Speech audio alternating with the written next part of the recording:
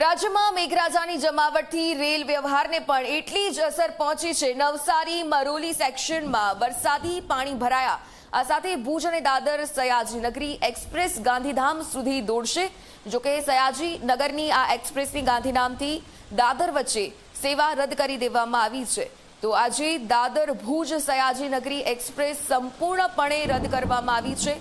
આ સાથે અમદાવાદ બાંદ્રા કર્ણાવતી એક્સપ્રેસ પણ આજે રદ છે। આ સાથે તેજસ એક્સપ્રેસ અને વંદે ભારત સહિત બંને દિશામાં દોડતી આ ટ્રેનોને રદ કરવાની ફરજ પડી છે।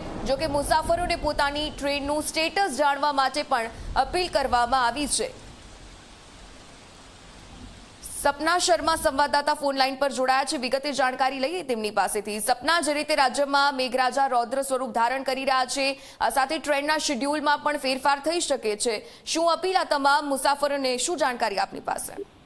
ઉર્મિલા, પશ્ચિમ રેલવે તરફથી એડવાઇઝરી જાહેર કરવામાં આવી છે કે મુસાફરો પોતાના ટ્રેન માટે રવાના થાય તેની પહેલા એકવાર ટ્રેનનું સ્ટેટસ કન્ફર્મ કરે। આ સાથે જ કારણ કે નવસારીથી મરોલી વચ્ચેનું જે રેલવેનું જે પોર્શન છે ત્યાં જળભરાવની સ્થિતિ છે, જેના કારણે ઘણી બધી ટ્રેનો કે જે મુંબઈથી અમદાવાદ આવતી હોય અથવા તો અમદાવાદથી મુંબઈ જતી હોય એ બાજુની જે ટ્રેનો છે તેને રદ કરવામાં આવી છે। ગઈકાલે પણ કેટલીક ટ્રેનો રદ કરવામાં આવી હતી। આજે પણ ભુજ દાદર સયાજી નગરી એક્સપ્રેસ હોય કે પછી બાંદ્રા કર્ણાવતી એક્સપ્રેસ હોય, એસી ડબલ ડેકર તેજસ એક્સપ્રેસ હોય, વંદે ભારત એક્સપ્રેસ હોય, આ તમામ જે ટ્રેનો છે રદ કરવામાં આવી છે।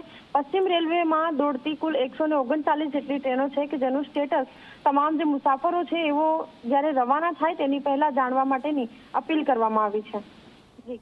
બિલકુલથી ધન્યવાદ વિગતે જાણકારી સાથે જોડાવા બદલ।